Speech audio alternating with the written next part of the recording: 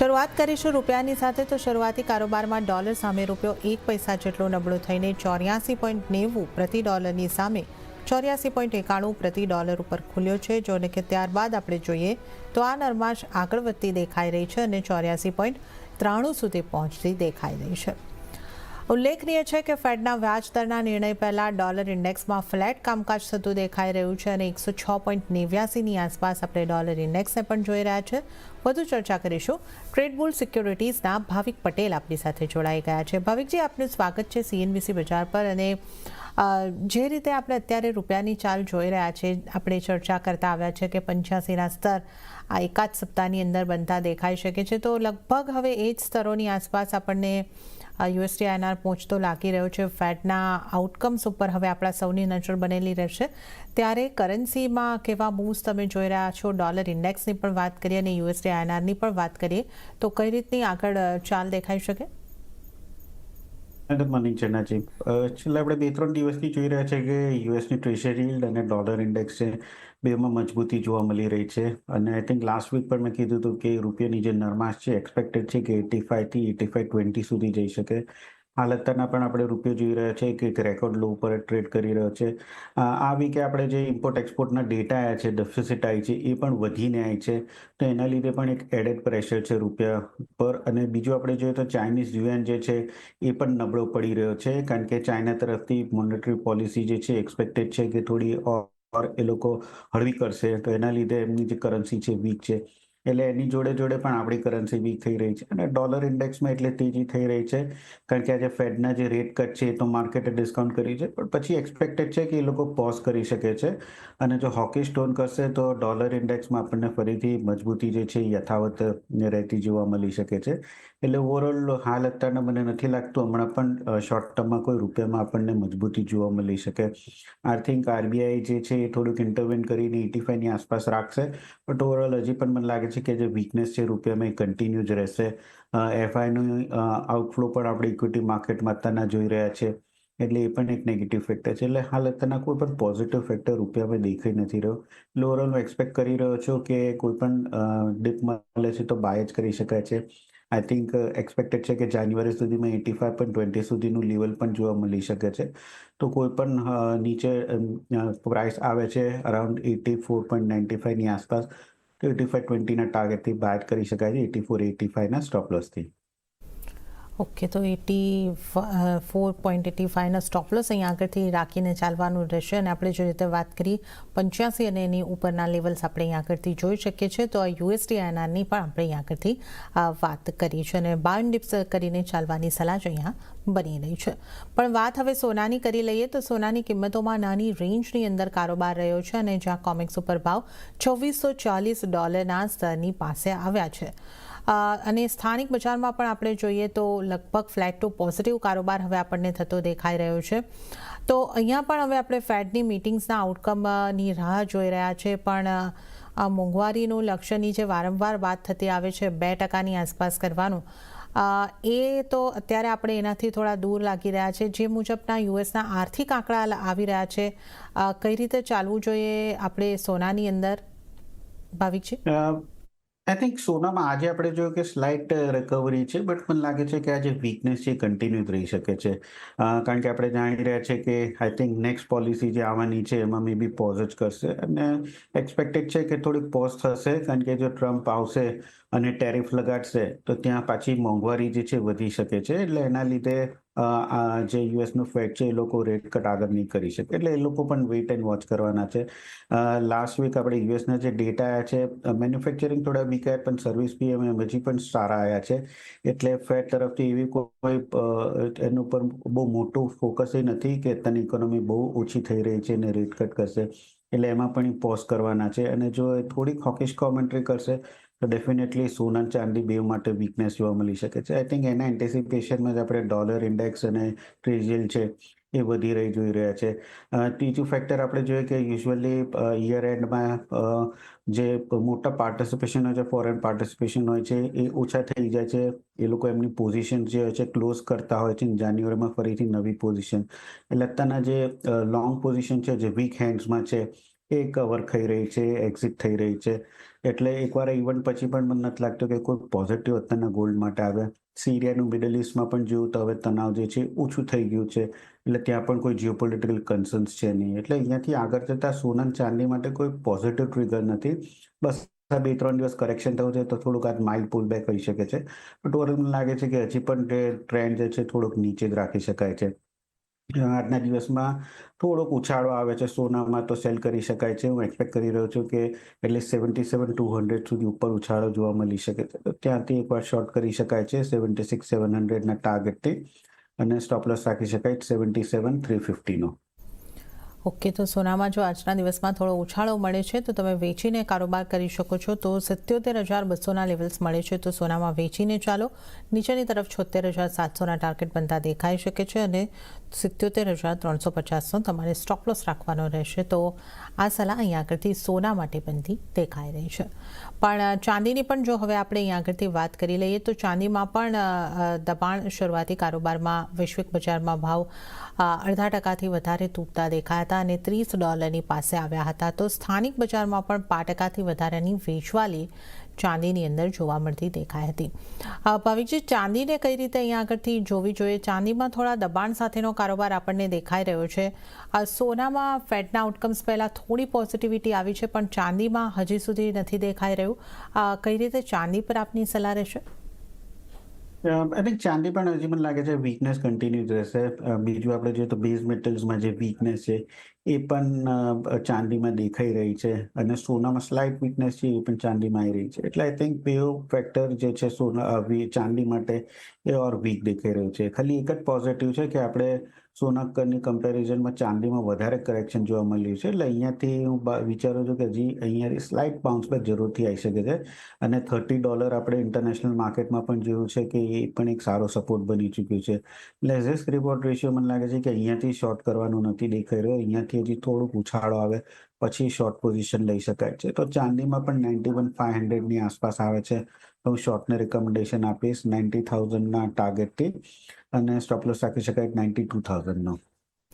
Okay, તો ચાંદીમાં પણ ઉછાળે વેચવાની સલાહ બનતી દેખાઈ રહી છે. 90,000ના નીચેની તરફના ટાર્ગેટ તમને ચાંદીની અંદર બનતા દેખાઈ શકે છે. તો સ્ટોપ લોસ પણ ભાવિકજીએ તમને જણાવ્યો છે જેનો પણ ખાસ ખ્યાલ તમે અહીં આગળથી રાખીને ચાલી શકો છો. તો સોના ચાંદી બંનેની અંદર વેચીને ચાલવાની સલાહ અહીં આગળથી મળતી દેખાઈ રહી છે. અને સાથે જ હાલ સમય થઈ રહ્યો છે કોમોડિટી લાઈવમાં એક બ્રેક લેવાનો. લેશું બ્રેક અને બ્રેક બાદ મેટલ્સ, ક્રૂડ તેમજ અન્ય કોમોડિટીઝની ચર્ચા સાથે ભાવિક પટેલ સાથે કોમોડિટી લાઈવ આ શોમાં આગળ વધે છે.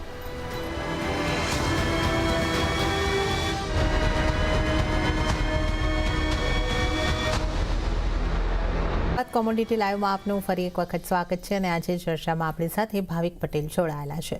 હવે મેટલ્સના કારોબાર પર નજર કરી લઈએ તો ચાઇના તરફથી નબળા આર્થિક આંકડાઓને કારણે બેઝ મેટલ્સની સ્થિતિ ફરી નબળી પડતી દેખાઈ રહી છે અને અહીંયા સ્થાનિક બજારમાં શરૂઆતી કારોબારમાં મોટાભાગની મેટલ્સમાં નરમાશ રહી છે. જ્યાં સૌથી વધારે વેચવાલી ઝિંકની અંદર આવતી આપણને જોવા મળી છે. તો ઝિંકમાં 0.39% જેવું દબાણ બનતું દેખાઈ રહ્યું છે. કોપર પણ 805ની આસપાસ, એલ્યુમિનિયમ પણ 241ની આસપાસ 5%ના દબાણ સાથે. ભાવિકજી, મેટલ્સને તમે હવે અહીંયા આગળથી કઈ રીતે જોઈ રહ્યા છો? જે રીતે ચીનના આંકડા અહીંયા આગળથી નબળા આવતા દેખાઈ રહ્યા છે, કઈ રીતે કોપરમાં અને અન્ય મેટલ્સમાં રણનીતિ રાખવી જોઈએ? આઈ થિંક કોપર સૌથી પહેલા વાત કરીએ તો પહેલા નવેમ્બર એન્ડ સુધીમાં આપણે જોયું કે 802-800 જે છે એક સારું સપોર્ટ ઝોન આવી ચૂક્યું છે. તો મને લાગે છે કે ઓલરેડી આપણે સારું કરેક્શન જોવા મળ્યું છે. તો અહીંથી આઈ થિંક એકવાર અલગ ટ્રેડ લઈ શકાય છે કે જ્યાં જો કોઈ એગ્રેસિવ ટ્રેડર્સ હોય તો એકવાર 799ના સ્ટોપ લોસ એકવાર બાય કરી શકાય છે. I think technical bounce back આવી શકે છે 810-812 સુધીનું લેવલમાં. બટ ઝિંકની વાત કરીએ તો આઈ થિંક ઝિંક ઓવરઓલ હજી પણ મને થોડુંક વીક દેખાઈ રહ્યું છે કારણ કે આની પહેલા આપણે જોયું તો સૌથી વધારે સ્ટ્રોંગ આઉટપરફોર્મ ઝિંક જ હતું કારણ કે LHBમાં એની ઇન્વેન્ટરી જે હતી એ ઓછી થઈ ગઈ. પણ અત્યારના બેઝ મેટલ જોઈએ તો એક તો ડોલર ઇન્ડેક્સ સ્ટ્રોંગ થઈ રહ્યો છે. એના લીધે આપણે કરેક્ટિવ બેઝ મેટલ્સમાં જોઈ રહ્યા છીએ. સેકન્ડ તમે કીધું કે જે ચાઇના તરફથી જે આંકડા આવ્યા છે આર્થિક એ થોડા વીક છે. અને જે યુફોરિયા હતું કે ચાઇનાએ ડિક્લેર કર્યું હતું કે 2025માં એ લોકો જે મોનેટરી પોલિસી છે હળવી કરશે એ હવે પતી ગયું છે અને હવે માર્કેટ વેઇટ કરી રહ્યું છે એટલીસ્ટ કોઈ ડિટેલ્સ નહીં કે કેટલી હળવી કરશે, કેટલો રેટ ઘટાડશે. એટલે એ બધા માટે જ્યાં સુધી આઈ થિંક એલાન નહીં કરે ત્યાં સુધી કોઈ તેજી જોવા મળી નહીં શકે. એટલે ઓવરઓલ ઝીંકમાં મને લાગે છે કે આજે કરેક્ટિવ ફેઝ છે હજી કન્ટિન્યુ રહી શકે છે. જ્યાં ઝીંકમાં 283ની આસપાસ મને લાગે છે કે શોર્ટ કરી શકાય છે 279ના ટાર્ગેટથી અને 286નો સ્ટોપ લોસ રાખી શકે. તો જ્યાં કોપરમાં એકવાર એગ્રેસિવ ટ્રેડર્સે બાય કરવાની સલાહ છે, ત્યાં ઝીંકમાં મારી સેલની સલાહ છે. ઓકે, તો મેટલ્સમાંથી બે મેટલ્સ ઉપર તમે ખાસ ધ્યાન આપી શકો છો. કોપરમાં બાય કરીને ચાલો અને ઝિંકમાં સેલ કરીને ચાલો, તો આ બંને મેટલ્સ ઉપર તમારે ખાસ ધ્યાન રાખવાનું રહેશે. અને હવે આપણે જો વાત ક્રૂડની કરી લઈએ તો રશિયાના તેલ ઉપર યુએસ દ્વારા પ્રતિબંધ લગાવવાની આશંકાએ ક્રૂડની કિંમતોમાં ઉપલા સ્તરેથી ઘટાડો નોંધાયો છે, જ્યાં બ્રેન્ટના ભાવ $73 આસપાસ પહોંચતા દેખાયા હતા અને ત્યાંથી ફરી એક વખત કારોબાર લીલા નિશાનમાં આવતો દેખાઈ રહ્યો છે અને થોડી પોઝિટિવિટી અત્યારે આપણને ક્રૂડમાં દેખાઈ રહી છે. નાઇમેક્સ ક્રૂડમાં પણ 0.20%ની મજબૂતી સાથેનો કારોબાર દેખાઈ રહ્યો છે અને એમસીએક્સ ક્રૂડ પણ લીલા નિશાનમાં, જ્યાં 0.40%ની મજબૂતી દેખાઈ રહી છે. 5,955ની આસપાસ કિંમતો દેખાઈ રહી છે. આ સાથે જ એપીઆઈના ઇન્વેન્ટરીના આંકડા મુજબ યુએસમાં ઓઇલ ઇન્વેન્ટરી 4.7 મિલિયન બેરલથી ઘટી છે.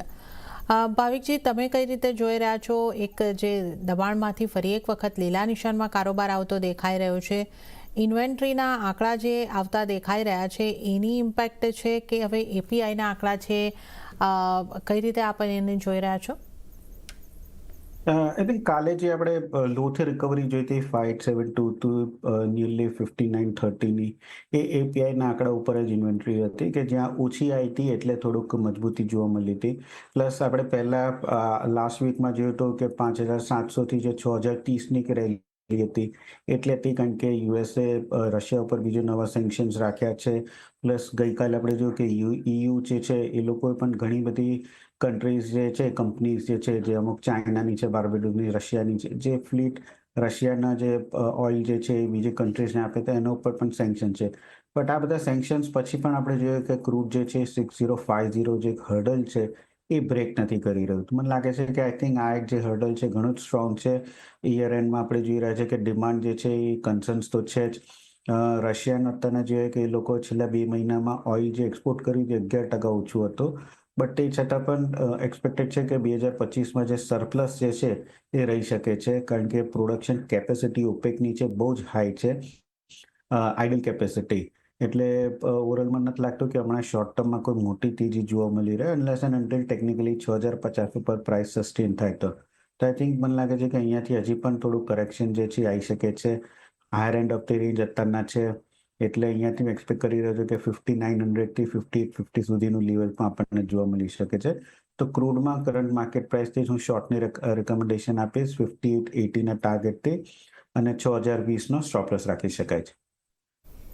ઓકે, તો અહીંયા આગળથી ક્રૂડમાં પણ વેચીને ચાલવાની સલાહ છે. તો 5850ના ટાર્ગેટને માટે અહીં આગળથી શોર્ટ તરફ રહેવાની સલાહ, 6020નો સ્ટોપ લોસનું તમારે ધ્યાને રાખવાનું રહેશે. તો ક્રૂડમાં પણ શોર્ટ કરીને ચાલવાની સલાહ અહીં આગળથી બનતી દેખાઈ રહી છે. અને ક્રૂડ બાદ જો હવે આપણે વાત નેચરલ ગેસની કરી લઈએ તો સ્થાનિક બજારમાં શરૂઆતી કારોબારમાં નેચરલ ગેસમાં 5%થી વધુની તેજી આવતી દેખાય છે અને 284ના સ્તરની આસપાસ કારોબાર થતા દેખાઈ રહ્યો છે. આવતા સપ્તાહે માંગ મજબૂત રહેવાની આશાએ અહીંયા રાતોરાત કિંમતોની અંદર એક ઉછાળો આવતો દેખાઈ રહ્યો છે. ભાવિકજી, 5% કરતાં વધારેની મજબૂતી, આ ખાસી મજબૂતી અહીંયા આગળથી દેખાઈ રહી છે. આ રિકવરીને કઈ રીતે જોવી જોઈએ? આઈ થિંક એક ન્યૂઝ એ પણ છે કે જે રશિયાના ગેસ, નેચરલ ગેસ યુરોપને જઈ રહ્યો છે યુક્રેન તરફથી, એ રશિયાએ કીધું છે કે જે થોડું ઘણું એ છે એ લોકો જાન્યુઆરી સુધીમાં એન્ડ કરવાના છે. તો આઈ થિંક જો એ એન્ડ કરશે તો ભલે યુરોપ અત્યારના આપણે જોઈ રહ્યું છે કે બીજે સોર્સિસથી કરી છે, બટ એ થોડોક ફટકો જરૂરથી પડશે. એટલે એ ન્યૂઝથી આપણે જોયું હતું કે રાતોરાત આપણને એક મોટો ઉછાળ જોવા મળ્યો છે અને હવે આગળ જતા એ જોવાનું છે કે જો રશિયા કમ્પ્લીટલી કટ ઓફ કરે છે કે નહીં. જો કરશે તો હજી મને લાગે છે કે હજી આપણને થોડીક હજી તેજી જોવા મળી શકે છે. સેકન્ડ, વેધર ફોરકાસ્ટ દેખાડી રહ્યું છે કે ક્રિસમસ પછી જે યુએસ ને યુરોપ છે એમાં ફરીથી થોડુંક ઠંડી આવી શકે છે, એટલે નેચરલ ગેસની ડિમાન્ડ વધી શકે છે. તો આઈ થિંક હમણાં મને બહુ મેજર કરેક્શન દેખાઈ નથી રહ્યો. નેચરલ ગેસમાં આઈ થિંક તેજી જ રાખવી જોઈએ. જ્યાં 5900નો કોલ ઓપ્શન, 280નો જે કોલ ઓપ્શન છે એ હું રિકમેન્ડ કરીશ, જે અત્યારના ₹12 ચાલે છે. એ બાય કરવાનો ₹15ના ટાર્ગેટથી અને ₹10નો સ્ટોપ લોસ. 280નો જે કોલ ઓપ્શન છે એકવાર બાય કરી શકાય છે. ઓકે, તો નેચરલ ગેસમાં કોલ ઓપ્શનને બાય કરવાની સલાહ બનતી દેખાઈ રહી છે. તો 280નો કોલ ઓપ્શન છે એ તમારે બાય કરવાનો રહેશે. 12ની આસપાસ, 15નો ટાર્ગેટ અને 10નો સ્ટોપ લોસ તમારે રાખવાનો રહેશે. તો આ નેચરલ ગેસમાં અત્યારે કોલ ઓપ્શનથી એક સ્ટ્રેટેજી તમે બનાવી શકો છો.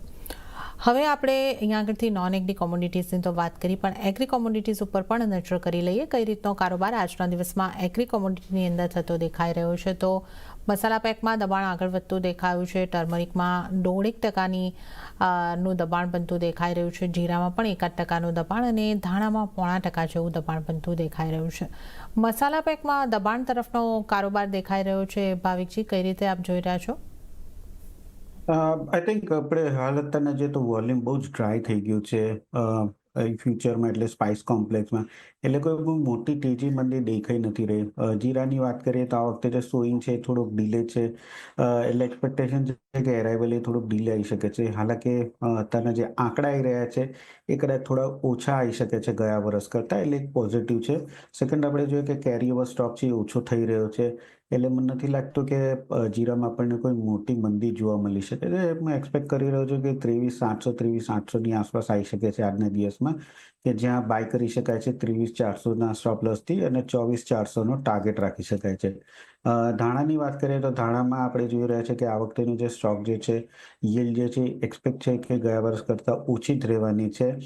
ભલે લેટ ચાલુ થયું છે, બટ આગળ જતાં લાગતું નથી કે કોમ્પેન્સેટ થાય, એટલે એની એક આપણને તેજી જોવા મળી શકે છે. આઈ થિંક બધા સ્પાઇસ કોમ્પ્લેક્સમાં લાગે છે કે ધાણા આ વખતે આઉટપરફોર્મ કરશે. ધાણામાં પણ થોડીક અત્યારના પ્રોફિટ બુકિંગ દેખાઈ રહ્યું છે, બટ 7600ની આસપાસ બાય કરી શકાય છે 7900ના ટાર્ગેટથી, અને સ્ટોપ લોસ રાખી શકાય છે 7550નો. અને હળદરની વાત કરીએ તો હળદરમાં આ વખતે એક્સપેક્ટેડ છે કે સ્ટોક જે છે એ આવી શકે છે સારો, એટલે એમાં બહુ મોટી તેજી જોવા નહીં મળી શકે. બટ હવે ડિસેમ્બર એન્ડમાં રમઝાનની એક્સપોર્ટની ડિમાન્ડ આવી શકે છે, એટલે એના લીધે આપણને આજે થોડીક તેજી જોવા મળી છે. તો અહીંયા 14,000ની આસપાસ બાય કરી શકાય છે 15,000ના ટાર્ગેટથી, અને 13,700નો સ્ટોપ લોસ રાખી શકાય છે. ઓકે, તો અહીંયા આગળથી મસાલા પેકની અંદર આપણે જોવા જઈએ તો લગભગ ત્રણેય મસાલામાં ખરીદારી કરવાની સલાહ છે. જીરુની અંદર અહીંયા આગળથી તમે બાય કરીને ચાલી શકો છો 24,400ના ટાર્ગેટ માટે, 23,400નો સ્ટોપ લોસ. ધાણા એ સૌથી સારી ઓપોર્ચ્યુનિટી મસાલાની અંદર બની શકે છે બાય કરવા માટે. ધાણામાં 7,900ના ટાર્ગેટ માટે 7,550ના સ્ટોપ લોસ સાથે તમે બાય કરીને ચાલી શકો છો. અને હળદરમાં પણ બાઇંગ કરો, 15,000નો ટાર્ગેટ અને 13,700ના સ્ટોપ લોસને ધ્યાને રાખવાના રહેશે. તો મસાલા પેકમાં બાઇંગ કરવાની સલાહ બની રહી છે. ગુવાર પેકની વાત કરીએ તો ગુવાર પેકમાં આપણને 0.5%ની ખરીદારી સાથેના મૂવ્સ આજના દિવસમાં દેખાઈ રહ્યા છે. ગુવાર પેક પર આપની કઈ રીતની ભાવિકજી સલાહ રહેશે? આઈ થિંક ગુવારમાં મને ડિસેમ્બર એન્ડ એટલે યર એન્ડ સુધીમાં તો કોઈ મને તેજી જોવા નથી મળી હતી. આઈ થિંક જાન્યુઆરીમાં થોડી એક્સપેક્ટેશન છે કે તેજી જોવા મળી શકે છે. હાલ અત્યારના જોઈએ કે 5,020થી 5,000નું એક સપોર્ટ છે, ત્યાંથી એક ટેકનિકલ પુલબેક જરૂરથી જોવા મળે છે. એટલે મને લાગે છે કે ગુવાર સીડ ને ગુવાર ગમ બેવમાં કરંટ માર્કેટ પ્રાઇસથી શોર્ટના રિકમેન્ડેશન નહીં આપો, કારણ કે રિસ્ક રિવોર્ડ રેશિયો ફેવરેબલ નથી, ને કારણ કે સપોર્ટની નજીક છે, તો એટલે ટેકનિકલી લાગે છે કે 1 થી 2 દિવસ આપણને તેજી જોવા મળી શકે છે. તો ગુવાર સીડ સૌથી પહેલા 5140ની આસપાસ જ હું બાયની રિકમેન્ડેશન આપીશ 5220ના ટાર્ગેટથી, અને 5100નો સ્ટોપ લોસ રાખી શકાય છે. અને ગમની પણ વાત કરીએ તો ગમ પણ 10,000ની આસપાસ બાય કરી શકાય છે 10,300ના ટાર્ગેટથી, અને 9,950નો સ્ટોપ લોસ રાખી શકાય છે. ઓકે, તો ગુવાર પેકમાં પણ ખરીદારી કરીને ચાલવાની સલાહ છે. ગુવાર સીડ માટે પણ એક ખરીદારીની સલાહ, અને ગુવાર કમમાં પણ ખરીદી કરીને ચાલવાની સલાહ બનતી દેખાઈ રહી છે. સીડ માટે ટાર્ગેટ 5,220ના, સ્ટોપ લોસ 5100નો, અને ગુવાર કમ માટે 10,300ના ટાર્ગેટ માટે ખરીદારી તમારે કરવાની રહેશે. 9,950નો સ્ટોપ લોસ રાખવાનો રહેશે. તો ગુવાર પેકમાં પણ ખરીદારી કરીને ચાલો. હવે આપણે કોટનની જો અહીંયા આગળથી વાત કરી લઈએ, કોકુડમાં થોડું દબાણ બનતું દેખાઈ રહ્યું છે, કપાસમાં પણ થોડું દબાણ દેખાઈ રહ્યું છે, અને એક કોટનની જ્યારે આપણે વાત કરીએ છીએ ત્યારે એક CCI દ્વારા પણ ઊંચા ભાવે ખરીદી અહીંયા આગળથી થઈ રહી છે. આને તમે કઈ રીતે જુઓ છો, અને કિંમતોના આઉટલુકની પણ જો આપણે વાત કરવી હોય તો કઈ રીતનો રહેશે? આઈ થિંક તમે કીધું કે CCI અત્યારના હાયર પ્રોક્યુરમેન્ટ છે, બટ ઓવરઓલ અત્યારના આપણે ડિમાન્ડ જોઈએ બહુ વીક છે, કારણ કે રો મટીરિયલ જે છે એની પ્રાઇસીસ ઓછી છે. ઇનફેક્ટ જે જીનિંગ જે મિલો છે એ પણ અત્યારના બાઇંગ નથી કરી રહી. એ લોકો જેટલું જરૂરિયાત છે એટલું જ બાય કરી રહ્યું છે, અને સ્ટોક કરી નથી રહ્યું. સ્ટોક નથી કરી રહ્યો દેટ મીન્સ કે આગળ જતા એ લોકો માટે પણ ડિમાન્ડ એ લોકોને દેખાઈ નથી રહી. એટલે એ સિનારીઓમાં આપણે જોઈ રહ્યા છીએ કે જે પ્રાઇસીસ જે છે કન્ટિન્યુ વીક જ થઈ રહી છે. મને લાગે છે કે આ જે વીકનેસ છે એ એક્સપેક્ટેડ છે કે હજી કન્ટિન્યુ રહેશે. જેમાં કોકોકોલ મને લાગે છે કપાસિયા ખોળ જે છે એ એટલીસ્ટ 2550 સુધી પણ નીચે લેવલ આવી શકે છે. તો એમાં પણ તને શોર્ટની પોઝિશન રાખવી જોઈએ 2550ના ટાર્ગેટથી અને 2680નો સ્ટોપ લોસ. અને કપાસની વાત કરીએ તો એ પણ 1500ની નીચે આવી ચૂક્યું છે.